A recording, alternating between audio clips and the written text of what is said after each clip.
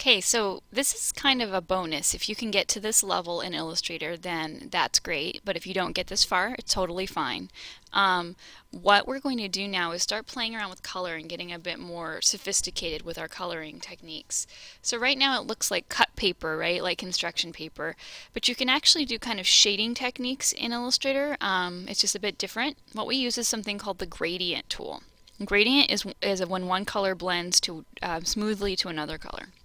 I'm going to start with the background as an example. So if I click on the background shape and I go down here where there's the color and then there's the none, in the middle you'll notice there's the gradient tool. The gradient is the white to black and it's blending smoothly. I'm going to click on that, and as you can see, now I have black blending to white very smoothly. You should pull up your gradient editor over here, but if it doesn't, you can always go Window and then click on Gradient.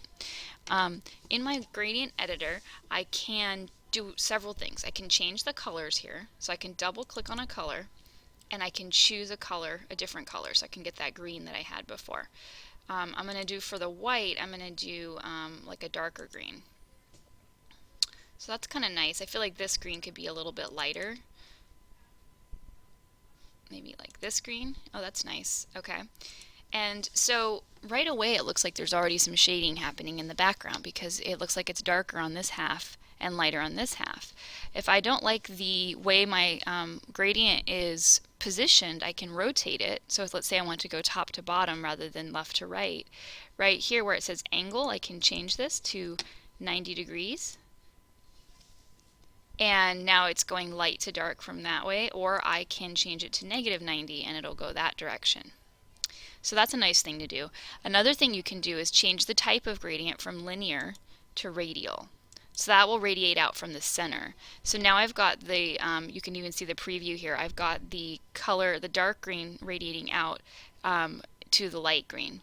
If I wanted to change the order of that, all I have to do is change the order of the colors by clicking on this stopper, and I can drag it, and then I'm going to click. Notice that my gradient is changing as I do this. And I'm going to go over here and then drag this one all the way to the end. And I can also change this little middle slider here, and this allows me to modify.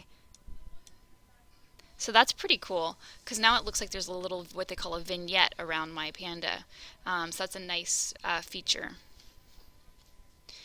So if you want to do the same thing, but you want to do it with your let's say your animal's body or whatever, like for instance if I wanted to do the head, I could click on the head.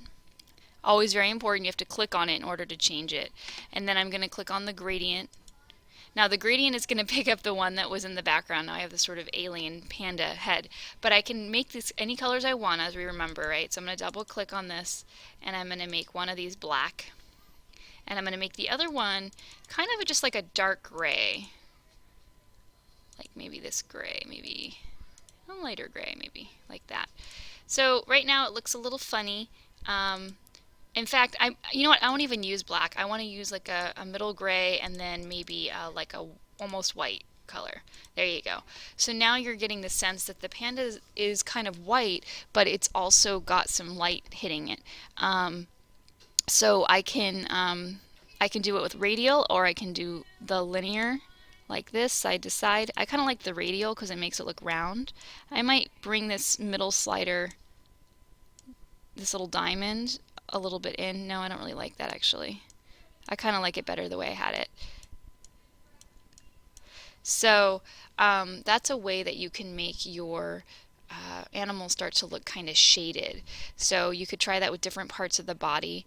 I might try it with the ear, and I want to show you the ear because this is kind of a special case. If I do the gradient on the ear, remember it picks up the gradient that was last used.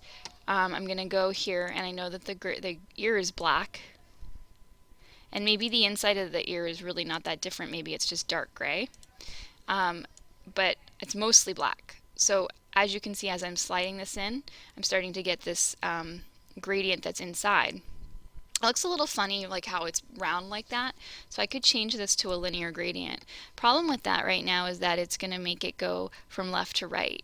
The cool thing is I can actually add another gradient, another stop of color in there. So I'm going to click this middle slider and I'm going to drag it like this to the middle. And then I'm going to click, see how my white arrow turns into a plus right here? I'm going to click and it makes another color stopper. I'm going to double click on that and I'm going to click the black. And now I have 3 tiers of color here, you can see. Now the other problem with this particular gradient is it's not quite positioned correctly. So there's actually a gradient tool over here on your toolbar. If you click on that and you get this little white bar with a dot like a dot on the end, you can actually reposition your gradient. You can rotate it. I want it kind of at the same angle as the ear, and I can do this. And if I make it shorter, I can make that gradient also kind of get closer together.